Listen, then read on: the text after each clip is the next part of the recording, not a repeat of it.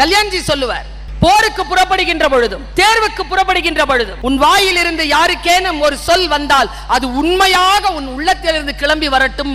உண்மையா சொல்றீங்களா all the பெஸ்ட்னு, உண்மையா சொல்றீங்களா வணக்கம்னு, சொல்லுக்கு அவ்வளவு உயிர் உண்டு, எவ்வளவு ருசின்னு பாருங்களேன். நீராறும் கடல் உடுத்த நிலமடந்தை கெழிலொழுகும் சீராறும் வதனம் என திகழ் பரத கண்டம் அதில்.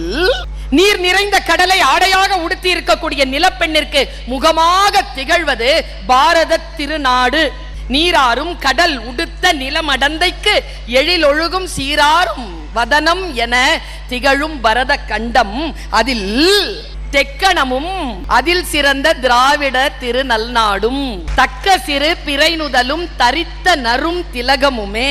இந்திய திருநாட்டின் அந்த பெண் பொட்டு வச்சிருக்கால, அந்த பொட்டை பத்தி பேசுறார் பாருங்க. அத்திலக வாசனை போல் அனைத்துலகும் இன்பமுற எத்திசையும் புகழ் மணக்க இருந்த பெரும் தமிழனங்கே உன் சீரிழமை திறம் வியந்து செயல் மறந்து வாழ்த்துதுமே.